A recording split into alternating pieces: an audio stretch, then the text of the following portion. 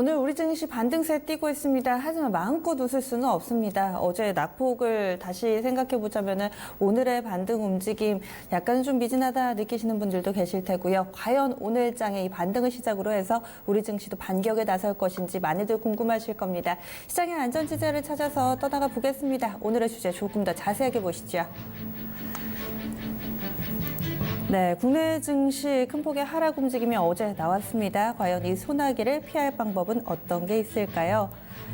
일단 어제 코스닥 시장에서 좀 많이들 놀라셨죠. 4%나 급락했습니다. 일일 하락폭으로는 지난해 10월 달 이후에 최고 수준으로 볼 수 있고요. 지수의 절대적인 수준, 그러니까 620선을 밑도는 흐름을 나타내고 있는데 지금 27개월 만에 최저치 수준이다 이렇게 볼 수 있습니다. 그리고 유가증권 시장도 많이 밀렸죠. 2020선을 어제장 내주는 움직임, 그리고 오늘장은 회복이 좀 돼주는데요. 그래도 계속해서 우리 증시와 관련해서는 부정적인 시각들이 상당수 자리 잡고 있습니다.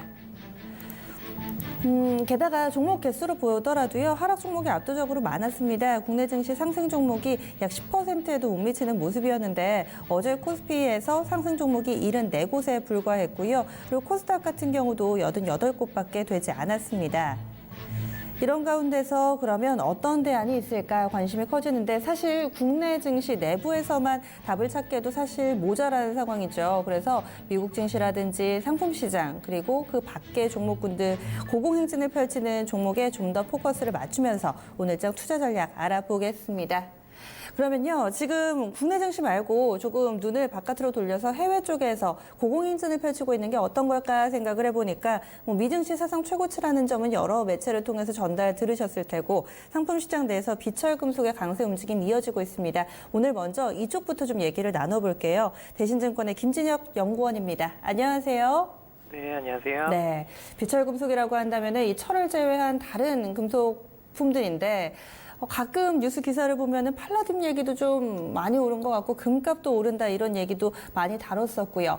이 비철금속 급등세 가운데서 좀 추세 몇 가지만 좀 봐주시죠. 네, 우선 중국 경기 부양 정책 기대감에 전반적인 단기 반등 움직임을 보이고 있는 가운데 특히 니켈 가격의 급등세가 두드러진 모습이었습니다. 중국 정부는 올해 목표 경제 성장률을 달성하기 위해서 추가적인 부양 정책을 실시할 가능성이 높은데요. 이는 최근 경제 지표와 비철금속 수요 관련 데이터에서도 나타나기 시작했습니다. 비철금속 공급 역시 노조 파업 및 환경 규제로 전년 대비 감소할 것으로 예상된 점 역시 좀 긍정적으로 나타나고 있습니다. 다만 추세적 비철금속 상승을 바라보기는 다소 힘들 것으로 판단되고 있습니다. 중국의 경기 확장 정책이 강화된다 하더라도 중국의 재정 정책이 비철금속 수요 관련 지표로의 지속적인 회복으로 나타날지 여부는 좀 더 확인되어야 할 필요가 있다고 판단되고 있습니다. 그러니까 지금 많이 오른 게 니켈이라는 말씀이신 거죠? 네, 맞습니다. 그 밖에 다른 비철금속 가운데서 고공행진을 펼치고 이런 것들은 별로 눈에 안 띄시나요? 우선은 최근 급등세를 보인 종목으로는 니켈이 좀 꼽힐 수가 있고요. 좀 더 자세히 살펴보면 인도네시아 원강 수출 금지에 따른 원강 부족에 대한 우려가 지속되고 있습니다. 여기에 최근 전기차 등의 수요 증가에 대한 기대감 역시 높은 상황이라 좀 더 상방 압력을 받는 모습이었습니다. 오는 2022년까지 인도네시아의 니켈 원강 수출을 금지할 것이라는 우려가 높은 점도 좀 시장을 압박하고 있는 것으로 예상되고 있습니다. 더불어서 설비 노후와 원각 등급 하락 그리고 환경 이슈 등 구리광산 차질 리스크가 존재하는 점 역시 구리 공급 부족 이슈를 부각하면서 단기 상방 요인으로 작용할 것으로 예상되고 있습니다. 네. 그러면은 지금 이런 미국 증시 강세 움직임이 이어지고 있고요. 저희 한번 금도 추가적으로 좀 질문을 드릴게요. 금값 같은 경우도 많이 올라 있는 수준인데 사실은 안전자산 성격이 강하기 때문에 또 미국 증시와는 조금은 좀 디커플링 되는 상품으로 우리가 알고 있는데 최근 들어서 미 증시 고공행진과 함께 금값의 상승 움직임도 동반해서 나오거든요. 이런 현상은 좀 어떻게 봐야 되나요? 네, 우선 상반기 움직임을 살펴보면 좀 대표적인 안전자산이었던 금 가격의 경우 위험자산 선호 환경과 달러 강세로 인해서 박스권을 유지했지만 최근 들어서 글로벌 경기 불안과 연준의 기준금리 인하 기대감 그리고 이란과 미국 간의 지정학적 리스크 등이 금 가격 상승에 영향을 미치고 있는 모습입니다. 미국의 보호무역주의 장기화와 지정학적 리스크 심화로 좀 하반기로 갈수록 금 가격 상방 압력은 좀 더 커질 것으로 예상되고 있고요. 특히 연준의 완화적 통화 정책으로의 전환은 미국 경기 여건 불확실성 확대로 해석되면서 좀 안전자산 상품 강세를 부추길 것으로 예상되고 있습니다. 여기에 트럼프 대통령의 인프라 투자 그리고 보호무역주의 외교 정책 역시 달러와 강세와 그리고 미국채에 대한 매력을 좀 낮추는 요인이기 때문에 안전자산 내 금으로의 자금 유입이 기대되는 요인입니다. 지금 저희가 자세하게 얘기 나눈 게 상품이 두 가지인데 금은 상방으로 좀 더 열어놓고 니켈 같은 경우는 상방이 제한될 것이다. 이렇게 좀 정리해보면 될까요? 네, 맞습니다. 네, 말씀 고맙습니다. 네, 감사합니다. 네. 아무래도 좀 시장 어두워지고 하다 보면은 안전자산 선호 심리가 커지고 또 이에 따른 관련된 부분으로 눈길이 가게 마련인데 사실 우리 증시만 그렇습니다. 전체적인 글로벌 증시는 리스크 온 상황 가운데서 또 금리 인하와 관련된 기대감 때문에 금값이 오른다. 안전자산 성격보다는 그쪽으로 조금 더 무게가 실리면서 최근에 상승 움직임 나타내는데요. 좀 더 보자 얘기를 해주시는데 이번에 국내로 눈을 좀 돌려보겠습니다. 국내 증시 어려운 가운데서 대안이 될 수 있는 부분들 좀 조목조목 짚어볼 텐데요. 토마토 투자클럽 한교수 전문가 모셨습니다. 전문가님, 이렇게 경기 하면은 경기뿐만 아니라 증시가 좀 어두워지면은 방어주라는 표현을 저희가 많이 쓰고 그렇죠. 듣게 되는데요. 이런 종목군들 전반적으로 봤을 때 투자 매력이 있나요? 아마 어제같이 지수가 좀 많이 빠진 상태에서 우리 시청자 여러분들 이제 좀 상대적으로 좀 안전하면서도 이런 장에서도 좀 수익을 낼 만한 종목이 좀 뭐가 있을까 고민을 많이 했을 것 같은데 그의 대표적인 종목들이 이제 경기 방어주가 될 것 같습니다. 보통 이제 경기 방어주들은 이제 지수 이제 하락 구간에서 상대적으로 안정성이 있고요. 그런 상태에서 그나마 좀 올라가려면 내수 경기가 좀 살아날 때 그나마 좀 실적이라든가 주가가 좀 강하게 올라갈 수 있는 경향이 있는데 제가 그림을 보면서 제가 대표적인 그 경기 방어주라고 할 수 있는 한전과 통신주들의 주가를 보면서 좀 설명을 드리겠습니다. 네. 지금 이제 네 종목인데 SK텔레콤과 KT, LG유플러스 마지막으로 이제 한국전력의 이제 일봉 차트입니다. 어제 지수가 이제 급락할 때 이 통신 관련주라고 할 수 있는 통신 관련주도 모두가 이제 동반해서 하락하는 모습이에요. 올해 5월, 6월 정도까지 하락 추세를 벗어나서 상승 추세로 반전하는 듯한 SK텔레콤과 KT 역시도 다시 하락 추세로 반전하는 모습이고 LG유플러스는 계속해서 하락 추세를 이어가는 그런 모습이 이어가고 있는 반면에 한전만 어제 이제 비교적 최근에 좀 반등세가 좀 강하게 나오고 있습니다. 네. 통신 관련주들을 보시더라도 경기 방어주라는 어떤 그 의미는 있습니다만 여전히 주가가 시장의 지수를 따라가고 있는 게 보이실 거고요. 반면에 한전만 그동안 너무나 많이 하락한 상태에서 최근에 기관 외국인들의 선취 매수세가 들어오면서 소폭의 반등세가 나타나고 있는데 한전은 이제 최근에 어떤 경기 방어주 맥락이다보다는 많이 빠진 데 따른 바닥에 대한 공감대에 의한 외국인 기관들의 선침에 의한 반등인 것으로 일단은 판단이 될 수 있겠고요. 그러나 통신 관련주들의 경우는 여전히 이제 5G 시장이 이제 시작이 되면서 그에 따른 투자가 굉장히 많이 진행되죠. 그러다 보니까 자금 소요가 늘어날 수 있고요. 이러다 보니까 실적에 대한 우려감들도 여전히 남아 있는 것이 사실입니다. 결국에 경기 방어주라고 해서 지금처럼 지수가 폭락한다 그래가지고 방어주가 모두 올라가는 것이 아니라 여전히 실적 성장 가치가 있는 종목군들은 그나마 좀 하락세가 멈추고 소폭이라도 반등이 났을 수 있습니다만 아직은 성장 가치가 부족한 종목들, 실적에 대한 우려감이 있는 종목군들은 경기 방어주라고 하더라도 당장 주가가 올라가기는 상당히 힘들다라는 관점이기 때문에 어제같이 지수가 폭락하고 이런 상태에서는 경기 방어주라 해서 우리가 너무 크게 많이 볼 만한 그런 상태는 좀 아니지 않느냐라는 생각도 좀 해볼 수가 있겠고요. 네. 이 5G 관련주 같은 경우는 대체적으로 이제 제가 보기에는 이제 5G에 대한 시설 투자가 어느 정도 좀 일단락이 되는 시점, 그 정도가 되게 되면 이제 통신주들은 투자가 일단락이 되면서 회수 구간에 접어들기 때문에 네. 그때는 실적에 대한 기대치를 가지고 올라갈 수는 있어요. 그래서 지금은 투자의 구간이기 때문에 아직까지는 방어주지만 우리가 너무 크게 기대하기는 조금 이른 감이 있지 않나라는 네. 생각입니다. 방어주들도 아직까지는 아니다. 이렇게 좀 보수적인 시각으로 의견 주셨는데요. 방어주도 쪼개보면 굉장히 많잖아요. 그렇죠. 그중에서 좀 하나씩 들여다보면 배당, 고배당주 보자. 미국 증시 내에서도 고배당주들 강세 움직임 나타내고 있긴 하던데요. 이 배당주에 대한 이런 안전자산적인 성격 혹은 현재 시점에서의 투자 메리트는 어떻다고 보시나요? 지금 같은 경기가 부진하고 증시가 부진할 때는 그 배당에 대한 투자 매력들은 상당히 높아질 수밖에 없어요. 더군다나 네. 이제 우리나라가 이제 정부의 정책 금리를 인하를 한 이런 상태이고 앞으로도 추가적으로 금리 인하를 단행할 가능성이 높아진 상태라고 한다면 이 배당 수익에 대한 매력은 커질 수밖에 없는 이런 상태라고 보시면 되겠죠. 더군다나 이제 한국 증시는 그동안 이제 배당이 굉장히 인색했던 그런 나라로 많이 평가가 됐었습니다만 그렇죠. 그 이미지를 벗어나서 최근에 이제 국내 기업들이 배당 성향이 상당히 많이 올라갔습니다. 무려 이제 30%까지 돌파하는 그런 모습이 연출되고 있는데요. 그림을 아마 보면서 설명 좀 드리겠습니다. 네.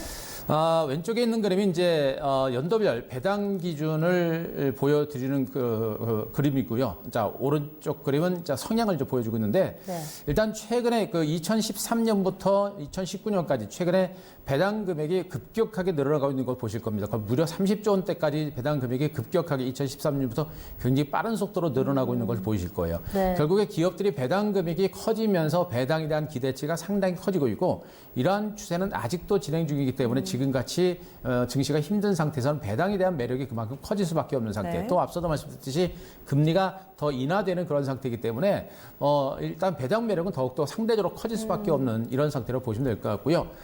오른쪽에 있는 그림은 이제 선진국과 신흥국 그리고 한국의 이제 배당 수익률을 보여드리고 있는데 네.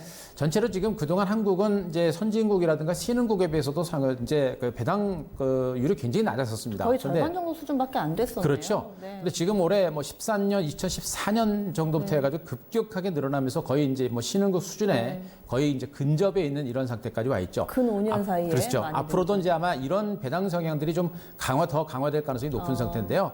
최근에 이제 국내 기업들이 좀 이제 경기가 좀 안 좋고 그러다 보니까 뭐 미중 무역 전쟁이라든가 이런 것들 때문에 실적에 대한 부담감도 있었는데 이렇게 배당이 좀 높아진 것도 실적에 대한 어떤 부담치를 좀 높인 부분들도 있습니다. 근데 어쨌든 간에 이 배당이라고 하는 부분들은 일단 한번 형성이 되게 되면 장기적으로 꾸준하게 진행되는 성격이 상당히 많기 때문에 배당에 대한 어떤 그 메리트는 상당히 커질 수 있고 지금같이 부진한 장세에서 배당에 대한 어떤 가능성이라든가 기대치는 커질 수밖에 없는 것으로 보여집니다.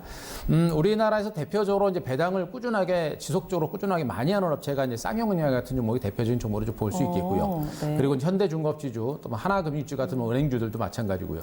두산과 현대차 그룹주들, 뭐 우선주들도 많습니다. 그리고 이제 삼성전자나 삼성전 우선주, SK텔레콤 같은 이런 대표적인 그룹 사지들이 꾸준하게 매해 이제 배당을 해오는 종목들이기 때문에 네. 배당 투자는 뭐 한 번, 두 번 가지고 뭐 단타 치듯이 그런 게 아니고요. 보통 뭐 5년, 10년 장기적인 관점에서 꾸준하게 그 주식을 가지고 계속해서 배당을 받아오게 되면 그 누적된 배당 수익률이 어마어마합니다. 그래서 아마 이 배당 투자는 이제 소위 말하는 시장에서 큰 선들을 중심으로 이제 배당 투자를 많이 하는데 뭐 꼭 큰 선들만 하는 것도 아니고요. 굉장히 안정적인 매매이기 때문에 우리 개인 투자분도 배당 투자에 대해서만큼은 또 배당에 대한 어떤 안정성과 확실한 수익만큼은 있는 부분이니까 그런 부분에 대해서는 우리가 또 주목을 하셔도 될 것 같습니다. 다음으로 또 눈에 띄는 점이 오늘 장에서 거래 대금 1위가요. 모남입니다. 현재는 1,500억 정도 거래가 되고 있고 또 거래량으로 봤을 때 쌍방울이 1위입니다. 쌍방울이 지금 상한가를 기록하고 있고 이런 소비재 섹터가 애국테마하고 맞물리면서 시세를 좀 분출하고 있거든요.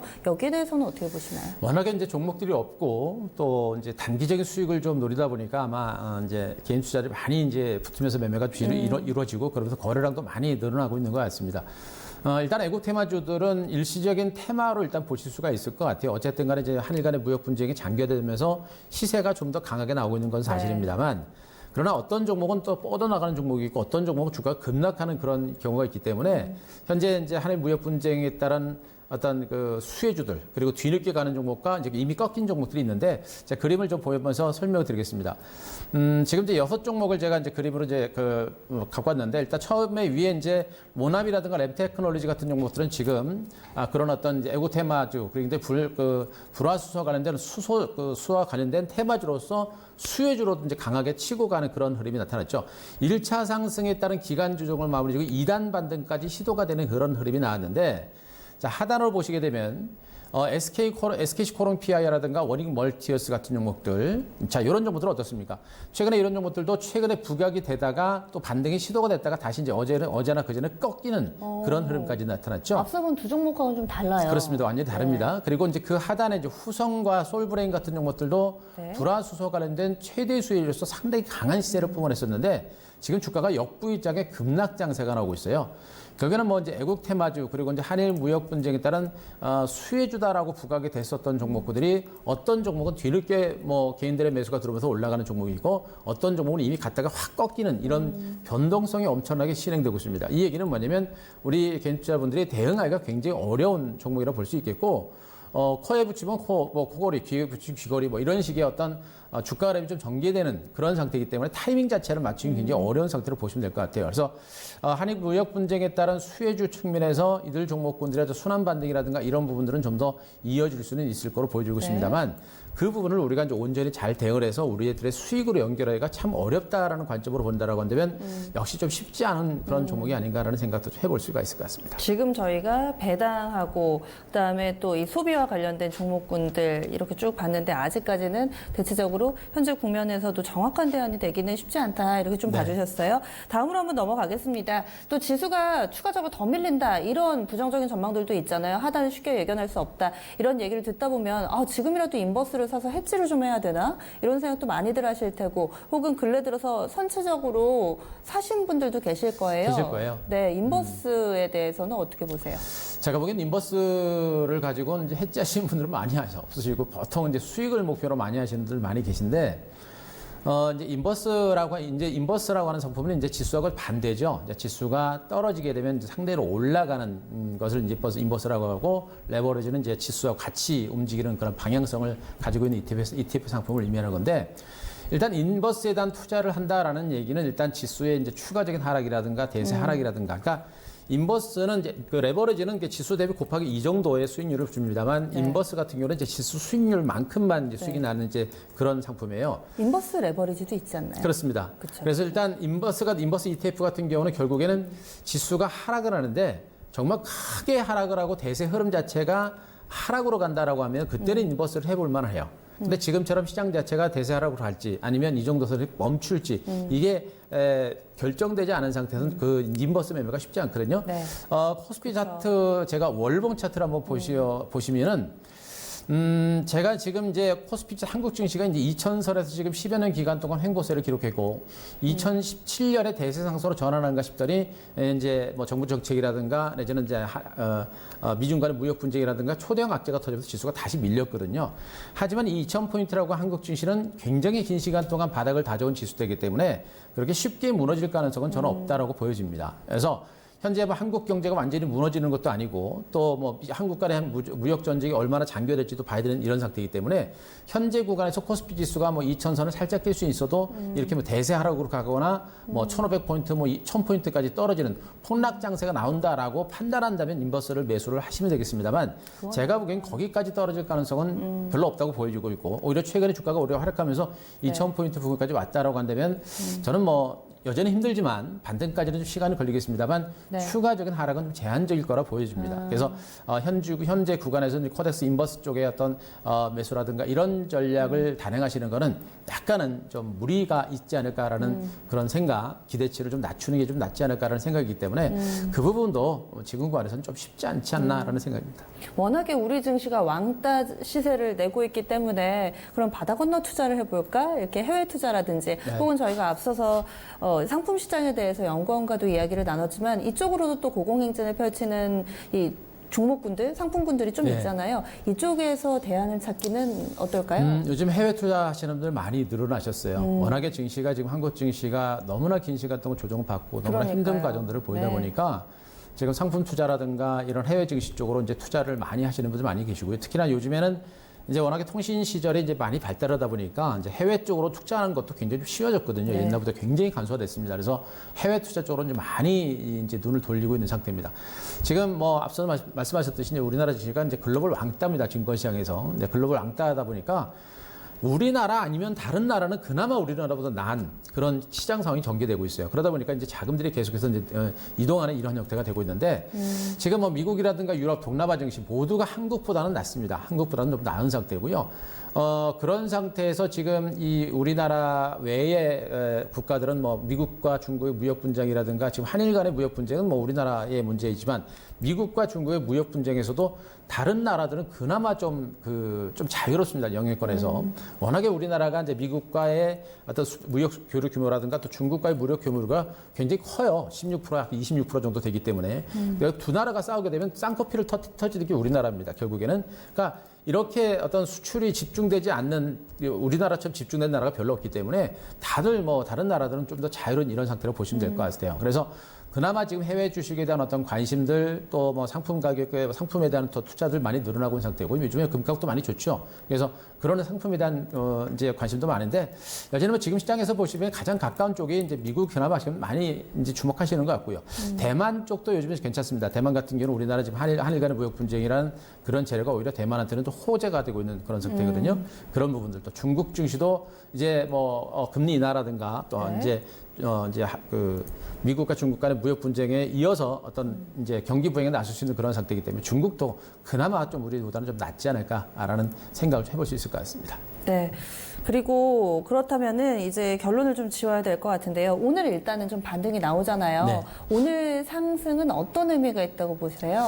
오늘 상승은 이제 기술적 반등 좀 보시면 될 것 같고요. 기술적 그리고 이제 반등. 하늘 간에 이제 네. 지금 여야 간에 추경을 이제 합의했다라는 그런 소식도 좀 들리죠. 네. 그것에 따라서 오늘 이제 국내 증시가 좀 반등이 나서고 있는데 조금 여야 간에 이제 추경이라고 하는 부분들 뭐 또 막상 또 이제 합의를 했다고 합니다만 통과될지는 그것 좀 봐야 될 것 네. 같고요. 그래서 이제 그 부분에 대한 기대감에 의해서 이제 반등세는 좀 나타나고 있는 것으로 보여지고 있는데 조금은 급한 감은 있습니다. 아직까지는. 다만 이제 코스피 지수가 제가 보기에는 2,000포인트 바닥 가능성은 매우 높은 것으로 보여집니다. 앞서 이제 기술적 분석을 제가 말씀드렸으면 바닥 가능성이 굉장히 높은 상태고요. 더 중요한 게 뭐냐면 이제 미국과 중국 간의 무역 전쟁이 어느 정도 이제 협상이 좀 진행이 되고 있는데 최악의 국면에서는 일단 벗어나고 있단 말이에요. 이걸 감안했을 때 우리나라 기업들이 2분기까지 실적이 너무나 안 좋은 상태였는데 네. 이런 어떤 무역 분쟁이 좀 어느 정도 안정권에 접어들면서 우리나라 기업들이 2분기 실적이 어느 정도 바닥이 될 수 있는 가능성이 좀 높지 않을까라는 기대감을 좀 해볼 수가 있어요. 그거 하나 좀 볼 수가 있겠고요. 그리고 이제 미국과 중국의 무역 협상이 계속해서 진행이 됩니다. 더 나빠질지 다시 좋아질지는 봐야 되겠습니다만 최소한 더 나빠지지 않을 거라는 시각이 지배적이고요. 여기다가 금리 인하라든가 또 우리나라뿐만 아니라 글로벌적인 금리 인하 추세가 형성되고 있기 때문에 하반기 이후에는 경기가 좀 살아날 거다라는 기대감도 분명히 있는 부분입니다. 네. 이런 부분을 봤을 때도 지수 바닥에 대한 공감대는 우리나라 지수도 좀 있을 거로 보고 있고요. 지금 정부에서 굉장히 많이 노력하고 있거든요. 뭐 아까 이제 크레디온의 증거에서 우리나라 증시가 이렇게 글로벌 시장에서 왕따 신세를 보여주고 있는 것은 정부 정책이죠. 이제 자본주의 정책, 뭐 이제 기업을 중심으로 한 것이 아니라 이제 그 노동자를 중심으로 한 어떤 정책들, 뭐 최저임금 인상이라든가 네. 주 52시간 근무라든가 이런 부분들 때문이다라는 그런 어떤 시각들을 보여줬듯이 그런 정책이 지금 정부에서 정책이 선회하고 있는 상태입니다. 그래서 최저임금 인상도 최저로 낮췄고 네. 52시간 근무도 이제 IT 소재를 생산 업체를 중심으로 해서는 주 52시간 근무도 약간은 좀 자유롭게 하는 모습이고 또 법인세 인하라든가 이런 부분들 기업에 대한 지원들이 강화되고 있는 부분들 이런 부분들이 지금 시장에서는 강한 하반 경직을 보여줄 수 있는 굉장히 큰 호재라고 저는 보고 있어요. 그래서 그 차트를 하나 다시 한번 네. 월봉 차트를 다시 한번 보시면서 설명을 드리면 아까도 말씀드렸습니다. 이 2,000포인트라고 하는 지수대는 굉장히 강력한 지선이고요. 앞서 말씀드린 2017년에 한국 증시가 대세 상승으로 전환할 수 있는 그 위치에서 말씀드렸듯이 정부의 어떤 뭐 최저임금 인상이라든가 52시간 근무라든가 이런 악재와 더불어서 미국과 중국의 무역 전쟁이라는 엄청난 큰 돌발 악재 두 가지가 나타나서 한국 증시가 여기까지 온 겁니다. 그런데 지금 현재 위치에서는 바로 그 두 가지 악재, 미국과 중국의 무역 분쟁이 안정권에 접어들었고 정부 정책이 일본의 한일 무역 전쟁으로 인해서 급속도로 기업 중심으로 선회하고 있는 모습이 연출되고 있는 거예요. 이것 때문이라도 2,000포인트가 지지될 수 있는 가능성은 저는 매우 높다라고 일단은 보고 있습니다. 다만 네. 여기서 제일 중요한 게 이제 한일 간의 무역 분쟁이에요. 이것만 안정이 되면 네. 시장은 저는 굉장히 빠른 속도로 급속도로 안정이 될 거로 보여집니다. 그래서 이 한일 간의 무역 분쟁이 어떻게 전개될지 정말 화이트리스트에서 제외가 될지 안 될지는 봐야 되겠습니다만 네. 제외가 된다 손 치더라도 일단은 어느 정도 주가에 반영은 됐는데 만약에 제외가 되고 그것이 장기화되게 되면 여전히 주가 상승까지는 시간이 걸릴 겁니다. 네. 하지만 만약에 제외가 되지 않는다. 제외가 되지 않는다라고 한다면 시장은 급속도로 호전될 수 있는 가능성이 제자리로, 매우 네. 높거든요. 그래서 지금 현재 구간은 한일 간의 무역 분쟁이라는 변수가 가장 큰 그 변수이기 때문에 이 화이트리스트에서 제외되는지 안 되는지 이것만 확인하면 돼요. 그게 만약에 제외가 되면 시장은 여전히 힘들 것이고요. 제외가 되지 않으면 시장은 급격하게 좋아질 수 있는 그런 상태이기 때문에 그걸 우리가 꼭 보셔야 될 것 같고요. 그래서 지금 구간에서 제가 보기엔 투매보다는 아직은 좀 관망하시면서 이제 저평가되는 것들 이번 조정이 끝나면 나는 어떤 종목을 매수할까 네. 이런 종목을 좀 발굴하시는 게 좋겠고 공포보다는 기회포착에 주력하시는데 여전히 저는 IT 쪽이 제일 유망하다고 봅니다. 네. 시장이 안정이 되게 되면 삼성전자, 하이닉스, 뭐 삼성전자, 삼성전기 같은 대표적인 IT 종목부터 해가지고 5G라든가 OLED, 시스템 반도체, 뭐 전기차 이런 종목들 이런 종목이 제일 유망하다고 보고 있으니까 네. 너무 무서워하지 마시고요. 이제 한해 간의 무역 분쟁이 어떻게 봉합되는지 이것만 보시면서 대응하시면 될 것 같습니다. 네, 알겠습니다. 고맙습니다.